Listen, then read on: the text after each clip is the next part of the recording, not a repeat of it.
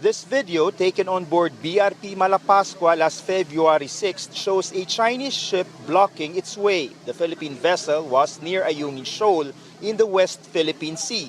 This China Coast Guard vessel 5205 conducted a lot of dangerous maneuver as near as 150 yards, and then at the same time use military-grade laser targeting our crew on board the vessel, particularly on the bridge of the vessel. That caused temporary blindness to our sailors. The Philippine Coast Guard vessel was assisting the resupply mission for Filipino troops stationed in the Philippine Navy's grounded transport ship, BRP Sierra Madre. 10 to 15 seconds of temporary blindness would really affect your operational capability, especially so if you're the one who's steering the Coast Guard vessel. The PCG is criticizing China's latest aggressive action, calling it a blatant disregard and clear violation of Philippine sovereign rights. Apparently, this is not the first time China flashed a laser beam on a Philippine vessel. A PCG tugboat was also allegedly shadowed and harassed by a Chinese vessel in June last year. They were hit by blue-colored lights for almost 20 minutes. It also resulted to temporary blindness and even skin irritation to our crew. China has been previously accused of resorting to the use of lasers against its perceived adversaries.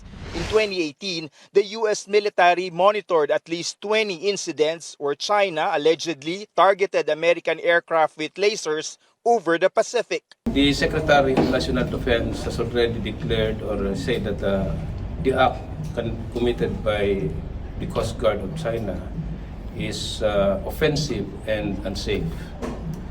Therefore, I think it is time for the Chinese government to restrain its forces so that it does not commit any provocative act that will endanger the lives of people.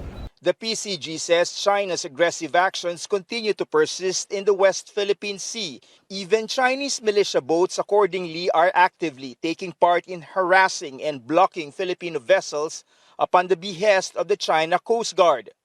This photo, taken in August last year, shows a Chinese Coast Guard crew removing the cover of the ship's naval gun, which was directed to the PCG's BRP Teresa Magbanua. That kind of action is provocative. There's no reason for them to remove the cover of their 70mm naval armament and to point it to Teresa Magbanua. Our another role is to document this and then to prepare this as an evidence for us to file diplomatic protest against China. The PCG says their personnel flashed with Chinese lasers have been brought to Palawan to undergo physical check on any potential medical injury that the incident may have caused them. David Santos, CNN Philippines.